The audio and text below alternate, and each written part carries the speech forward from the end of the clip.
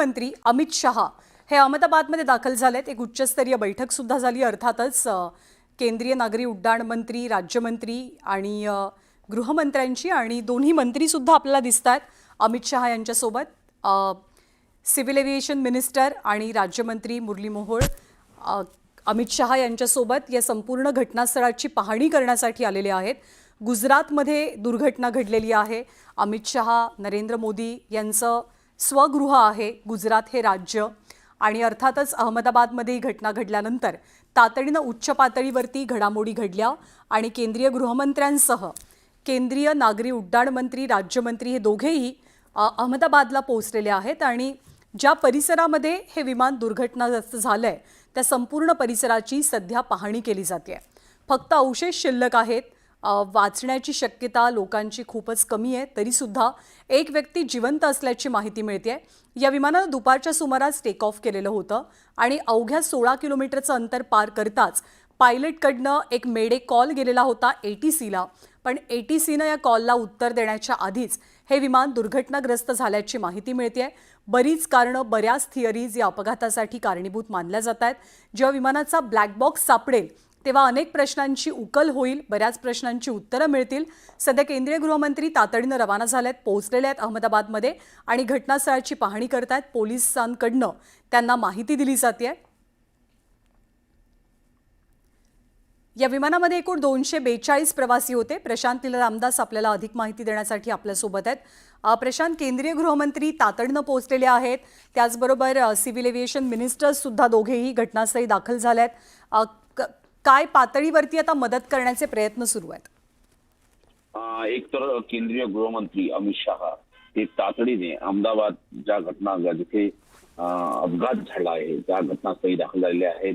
सोबतच केंद्रीय हवाई वाहतूक मंत्री जे आहेत नायडू हे देखील तिथे पोहोचलेले आहेत आणि तिथे घटनास्थळाची पाहणी करत आहे। सोबतच जेही या विमान अपघातामुळे जखमी झाले अशा सगळ्या जे खास करून प्रवासी नव्हते, पण ते विमान कोसळल्यामुळे एकतर रुग्णालयातले डॉक्टर असतील किंवा त्या रस्त्यावर चालत असलेले राहगीर असेल किंवा तिथे सुरू असलेल्या वाहनांमध्ये असलेली व्यक्ती, या सगळ्या जे जखमी आहेत, साधारणतः ज्या पद्धतीने माहिती मिळते 42 जण जे आहेत ते जखमी आहेत। त्या जखमींची होऊ शकते विचारपूस केंद्रीय गृहमंत्री जे आहेत अमित शहा आणि हवाई वाहतूक मंत्री नायडू करतील।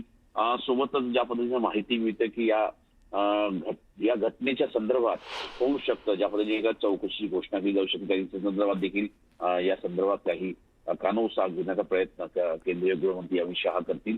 आणि सोबतच युद्ध स्तरावरती जो बचाव कार्य सुरू आहे आणि आता लवकरात लवकर या संपूर्ण परिसरात जो मलबा पडलेला आहे तो सुद्धा इथून कसा काढता येईल या संदर्भात देखील काही सूचना ते देऊ शकतात। सोबतच याशिवाय हे अत्यंत महत्वाचं आहे की गुजरात सरकारने जो निर्णय नुकताच घेतलेला आहे, सर्व जे प्रवासी मृत आहे, जे प्रवासी मृत्युमुखी पडले त्या सर्व प्रवासींची त्यांचे डीएनए घेतल्यानंतर त्यांच्या नातेवाईकांची केली जाईल आणि त्याच्या आधारावरती त्यांचे जे पार्थिव जे मृतदेह आहेत त्या नातेवाईकाच्या करण्याचा प्रयत्न सर्व रुग्णालयाच्या वतीने आणि खास करून गुजरात राज्य सरकारच्या वतीने करण्यात येईल।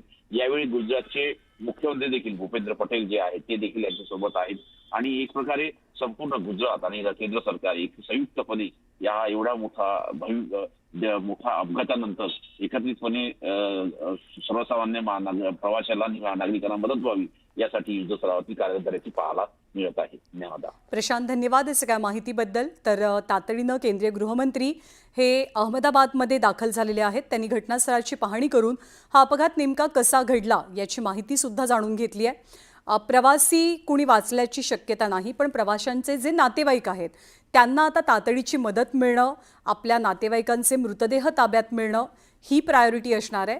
सर्व मृतदेहांची DNA चाचणी करण्याचा निर्णय गुजरात सरकारनं घेतलाय। काही ब्रिटिश नागरिक आहेत, पोर्तुगालचे नागरिक आहेत, त्यामुळे जे परदेशी नागरिक आहेत त्यांच्या बाबतीतल्या सुद्धा प्रक्रिया लवकरात लवकर पूर्ण होणं तितकंच गरजेचं आहे। केंद्र सरकारनं अर्थातच त्याची जबाबदारी घेतली असेलच। आत्ताची ताजी दृश्य आपण अहमदाबादच्या त्या परिसराची पाहतोय की ज्या BJ मेडिकल कॉलेजच्या परिसरामध्ये हे विमान दुर्घटनाग्रस्त झालं आणि खाली कोसळलं. या इमारतीचं सुद्धा प्रचंड नुकसान झालंय. इथे काही मुलं होती, बऱ्याच गंभीर प्रमाणात ती मुलं जखमी झाल्याची माहिती मिळते. दुपारची वेळ होती, सर्वजण जेवण करत होते आणि अचानक एक विमान येऊन कोसळलं, ज्याची कोणी कधी स्वप्नातही कल्पना केलेली नसेल अशी ही दुर्घटना होती.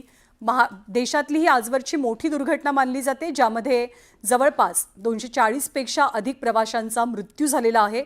दुसऱ्या बाजूला आपण AI जनरेटेड व्हिडिओ सुद्धा पाहतोय, ग्राफिक्सच्या माध्यमातून आपण पाहतोय की दुर्घटना नेमकी कशी घडली असावी.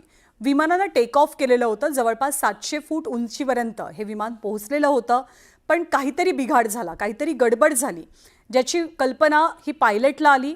पायलटने एक इमर्जन्सी कॉल सुद्धा ATCला केलेला होता, परंतु तो कॉल पूर्ण होण्याच्या आधी किंवा ATCकडनं रिस्पॉन्स मिळण्याच्या आधीच हे विमान दुर्घटनाग्रस्त झालं.